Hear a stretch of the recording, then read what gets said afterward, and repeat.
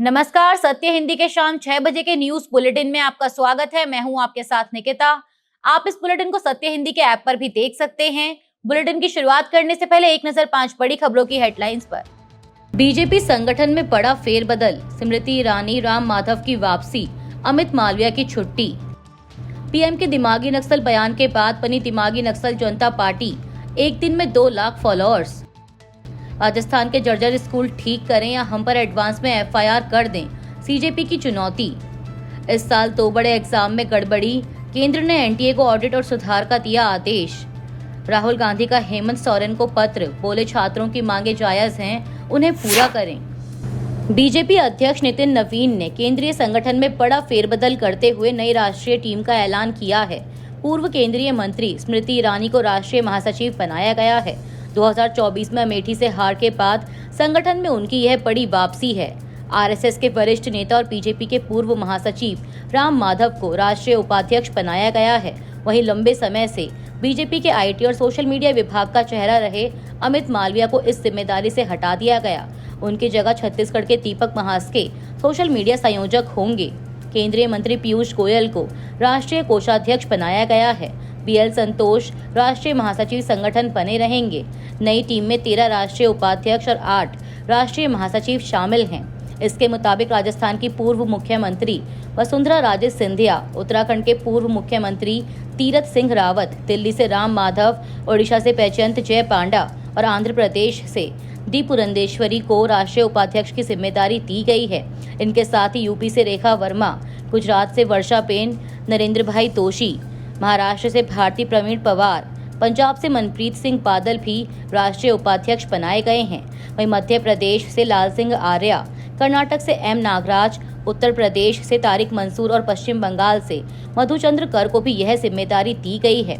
नितिन नवीन ने कहा कि अनुभवी नेताओं और नए चेहरों का यह संतुलन संगठन को नई ऊर्जा देगा।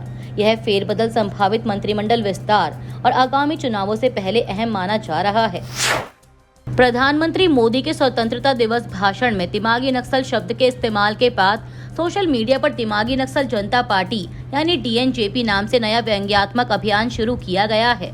इंस्टाग्राम पर इस अकाउंट ने महज एक दिन में 2 लाख से ज्यादा फॉलोअर जुटाने का दावा किया है। एक्स पर भी इसने इसी नाम से अकाउंट बनाया है। इसका नारा है, सोचो, शोध करो और प्रतिरोध करो। अकाउंट चलाने वालों की पहचान फिलहाल सामने नहीं आई है। डीएनजेपी ने साइबर हमले का दावा भी किया, जिसकी स्वतंत्र पुष्टि नहीं हो सकी। इंस्टाग्राम पर बने इस अकाउंट ने दावा किया कि सोमवार को उसके इंस्टाग्राम पेज पर साइबर हमला किया गया। एक्स पर पोस्ट में लिखा गया कि इंस्टाग्राम पर @DNJP इंडिया के खिलाफ साइबर अटैक शुरू हो गया है। देखते हैं क्या वे हमारी आवाज दबाने में सफल होते हैं। यह अभियान सीजीआई सूर्यकांत की टिप्पणी के बाद बनी कॉकरोच जनता पार्टी की तर्ज पर सामने आया है। पीएम मोदी ने कहा था कि हथियारबंद नक्सलवाद कमजोर हुआ है, लेकिन दिमागी नक्सल सक्रिय हैं। इस पर पी चिदम्बरम और जयराम रमेश ने तीखी प्रतिक्रिया दी, जबकि किरेन रिजिजू ने कहा कि पीएम ने विपक्षी नेताओं को दिमागी नक्सल नहीं कहा था। आम आदमी पार्टी प्रमुख अरविंद केजरीवाल ने पीएम मोदी के दिमागी नक्सल वाले बयान पर पलटवार किया है। केजरीवाल ने एक्स पर एक वीडियो जारी कर खुद को दिमागी नक्सल बताया। उन्होंने कहा कि पीएम के हिसाब से जो व्यक्ति देश की व्यवस्था पर सवाल उठाता है और उसे बदलना चाहता है, वह दिमागी नक्सल है। केजरीवाल ने अच्छे सरकारी स्कूल, अस्पताल, बिजली, पानी, बेहतर सीवर ड्रेनेज और भ्रष्टाचार मुक्त भारत की मांग करने वालों का भी जिक्र किया। उन्होंने कहा कि जो प्रधानमंत्री और बीजेपी से नहीं डरता और विकसित भारत का सपना देखता है, वह भी उनके हिसाब से दिमागी नक्सल है। केजरीवाल ने कहा कि मैं अरविंद केजरीवाल आपके हिसाब से दिमागी नक्सली हूं, क्योंकि मैं देशभक्त हूं और मुझे इस पर गर्व है। बता दें कि पीएम मोदी ने 15 अगस्त को कहा था कि हथियारबंद नक्सलवाद कमजोर हुआ है, लेकिन दिमागी नक्सल अब भी सक्रिय है और उन्हें पहचान कर अलग थलग करना होगा।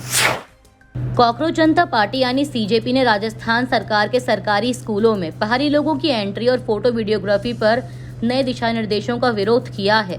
सीजेपी के सह संयोजक आशुतोष शांका ने शिक्षा मंत्री मदन दिलावर को खुली चुनौती देते हुए कहा कि मदन दिलावर जी या तो राजस्थान के सभी जर्जर स्कूल ठीक करें या फिर हम पर एडवांस में एफआईआर करवा दें।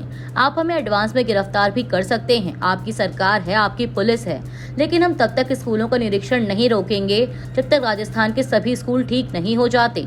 बता दें कि नए नियमों के तहत बाहरी लोगों को विजिटर्स रजिस्टर में एंट्री करनी होगी और कई जगहों पर अधिकृत शिक्षक या अधिकारी के साथ ही प्रवेश मिलेगा। विपक्ष ने भी आदेश का विरोध किया है। नेता प्रतिपक्ष टीकाराम चूली ने इसे तानाशाही बताया और कहा कि सरकार स्कूलों की टूटी छतों, टपकती कक्षाओं और शिक्षकों की कमी दूर करने की बजाय बदहाली छिपाना चाहती है। बीजेपी प्रवक्ता के पद से इस्तीफे के सार्वजनिक घोषणा से एक दिन पहले पार्टी नेता शहजाद पूनावाला ने भारतीय मिडिल क्लास पर पड़ते आर्थिक बोझ को लेकर सवाल उठाए। अपने सोशल मीडिया कैंपेन दी मैनिफेस्टो में उन्होंने कहा कि मिडिल क्लास सरकार के लिए एक एटीएम बन गया है। पूनावाला ने कहा कि लोग इनकम टैक्स, इनडायरेक्ट टैक्स और टोल देते हैं, लेकिन बदले में खराब सड़कें, जर्जर इंफ्रास्ट्रक्चर, कमजोर सरकारी स्कूल, पेपर लीक, भ्रष्टाचार और जवाबदेही की कमी जैसी समस्याएं मिलती हैं। उन्होंने पूछा कि क्या यूरोप के बराबर टैक्स देने वाले भारतीयों को वैसी सरकारी सुविधाएं और जीवन स्तर मिलता है। पूनावाला ने कहा कि यह समस्या किसी एक सरकार या पार्टी की नहीं है। उन्होंने मिडिल क्लास के लिए टैक्स कम करने, इनकम टैक्स स्लैब बढ़ाने और टैक्स पेयर्स के पैसे के इस्तेमाल में ज्यादा जवाबदेही की मांग की। बीजेपी के राष्ट्रीय प्रवक्ता शहजाद पूनावाला ने पार्टी से अपना इस्तीफा मंजूर करने की अपील की है। उन्होंने 30 जुलाई को सभी पार्टी पदों और प्राथमिक सदस्यता से इस्तीफा देने की पेशकश की थी, लेकिन बीजेपी ने तब इसे स्वीकार करने से इनकार कर दिया था। सोमवार को जारी पत्र में पूनावाला ने कहा कि पार्टी के फैसले से वह भावुक और आभारी थे, लेकिन लंबे विचार विमर्श के बाद उन्होंने राष्ट्रीय प्रवक्ता और सक्रिय प्राथमिक सदस्यता से मुक्त होने का अंतिम फैसला किया है। उन्होंने पीएम मोदी, पार्टी अध्यक्ष नितिन नवीन, अमित शाह, राजनाथ सिंह और पीएल संतोष का आभार जताया। पूनावाला ने आर्थिक और व्यक्तिगत कारणों से प्राइवेट सेक्टर में जाने की जरूरत बताई। इससे पहले उन्होंने अपने एक्स बायो से बीजेपी का उल्लेख हटा दिया था। पूनावाला 2017 में कांग्रेस छोड़कर बीजेपी में शामिल हुए थे। केंद्रीय शिक्षा मंत्रालय ने एनटीए को अपनी पूरी परीक्षा प्रक्रिया का गहन ऑडिट करने और सुधारों पर रिपोर्ट सौंपने का निर्देश दिया है। यह फैसला यूजीसी नेट के इंग्लिश, कॉमर्स और सोशियोलॉजी के पेपर रद्द होने के बाद लिया गया। इनके प्रश्न पत्रों में तथ्यात्मक, टाइपिंग और अनुवाद से जुड़ी कई गलतियां मिली थीं। इससे पहले नीट यूजी परीक्षा को भी पेपर लीक के बाद रद्द कर दिया गया था। केंद्रीय शिक्षा मंत्री प्रहलाद जोशी की अध्यक्षता में हुई बैठक में एनटीए की हालिया समस्याओं और सुधारों की समीक्षा की गई। मंत्रालय के मुताबिक एनटीए से 50 से ज्यादा कर्मचारियों को हटाया गया है और साइबर सिक्योरिटी, साइकोमेट्रिक्स और क्वेश्चन पेपर डिजाइन जैसे क्षेत्रों में निजी क्षेत्र के विशेषज्ञों को शामिल किया जा रहा है। साथ ही 10 नए प्रोफेशनल लीडरशिप पदों पर भर्ती शुरू की गई है। जोशी ने परीक्षा प्रोटोकॉल का सख्ती से पालन और एयर गैप्ड सिस्टम जैसे सुरक्षा उपाय जल्द लागू करने के निर्देश दिए हैं।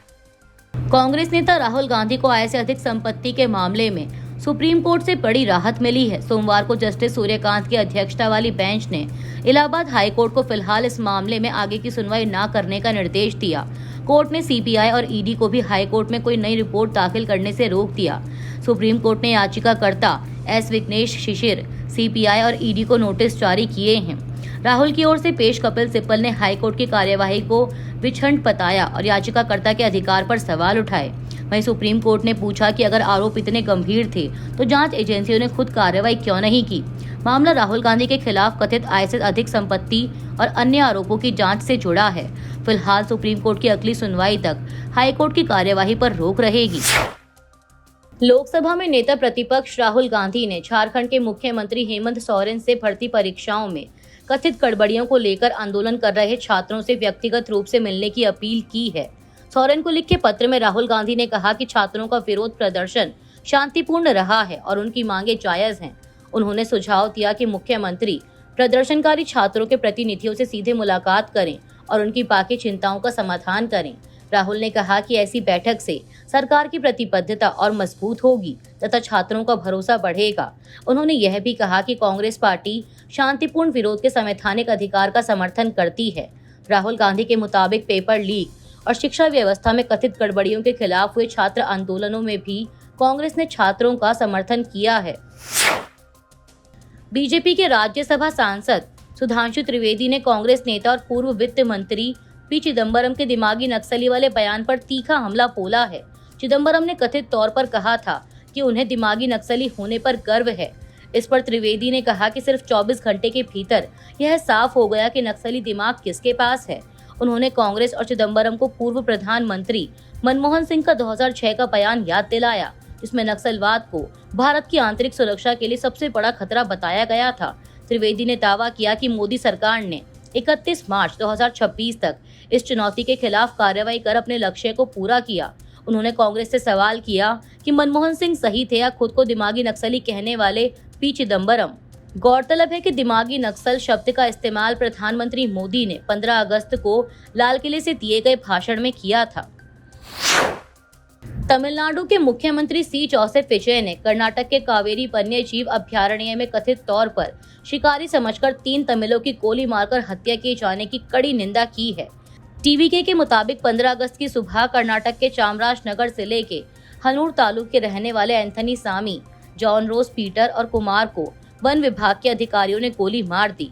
विजय ने कर्नाटक वन विभाग की सफाई को अस्वीकार्य बताया और मामले की गहन व निष्पक्ष जांच की मांग की। उन्होंने कर्नाटक सरकार से भविष्य में ऐसी घटनाएं रोकने के लिए ठोस कदम उठाने की भी अपील की। वहीं मृतकों के परिवारों ने हनूर में विरोध प्रदर्शन किया। उन्होंने मुआवजे और परिवार के आश्रितों को सरकारी नौकरी देने की मांग की है। अमेरिका के राष्ट्रपति डोनाल्ड ट्रंप ने कहा है कि अमेरिका दक्षिण कोरिया के साथ होने वाले संयुक्त सैन्य अभ्यासों में काफी कमी करेगा। उन्होंने इसकी वजह उत्तर कोरिया के नेता किम जोंग उन के साथ अपने बहुत अच्छे रिश्ते को बताया। ट्रंप ने कहा कि ये अभ्यास काफी महंगे हैं और अमेरिका इनका बड़ा खर्च उठाता है। उनके मुताबिक इनसे शत्रुतापूर्ण संदेश भी जाता है। हालांकि दक्षिण कोरिया ने साफ किया है कि अमेरिका के साथ सैन्य अभ्यास तय कार्यक्रम के अनुसार जारी रहेंगे। दोनों देशों का वार्षिक संयुक्त अभ्यास सोमवार से शुरू होना है। ट्रंप ने यह भी दावा किया कि दक्षिण कोरिया ने ईरान के परमाणु निरस्त्रीकरण अभियान में अमेरिका का साथ देने से इनकार कर दिया था। यह बयान ऐसे समय आया है जब इसी महीने उत्तर कोरिया ने संयुक्त राष्ट्र प्रतिबंधों के बावजूद बैलिस्टिक मिसाइलों का परीक्षण किया है। नेशनल टेस्टिंग एजेंसी यानी एनटीए ने जून 2026 की यूजीसी नेट परीक्षा के 3 विषयों की परीक्षाएं रद्द कर दी हैं। अंग्रेजी, कॉमर्स और समाज शास्त्र के प्रश्न पत्रों में कई त्रुटियों की शिकायतें मिलने के बाद यह फैसला लिया गया। एनटीए ने जांच के लिए एक समिति बनाई थी। समिति को प्रश्न पत्रों में तथ्यात्मक, टाइपिंग और अनुवाद संबंधी कई गड़बड़ियां मिली। विद्वानों के नामों की गलत वर्तनी, किताबों में शीर्षकों की गलती, व्याकरण और भाषा की त्रुटियां, गलत विराम चिन्ह और बड़ी संख्या में पुराने प्रश्न दोहराए जाने की बात भी सामने आई। समिति की सिफारिश पर तीनों विषयों की दोबारा परीक्षा कराने का फैसला हुआ है। अंग्रेजी और कॉमर्स की परीक्षा 9 सितंबर 2026 को होगी, जबकि समाज शास्त्र की परीक्षा 10 सितंबर को आयोजित की जाएगी। परीक्षा शहर, केंद्र और एडमिट कार्ड की जानकारी एनटीए बाद में अपनी आधिकारिक वेबसाइट पर जारी करेगा। यह फैसला एनटीए की परीक्षा व्यवस्था पर उठते सवालों के बीच आया है। अभी के लिए इस बुलेटिन में सिर्फ इतना ही। रात 8 बजे फिर हाजिर होंगे तमाम देश दुनिया की बड़ी खबरों के साथ। तब तक के लिए देखते रहिए सत्य हिंदी। नमस्कार।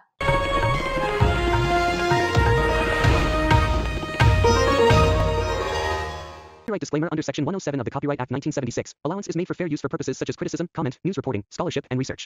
Fair use is a use permitted by copyright statute that might otherwise be infringing.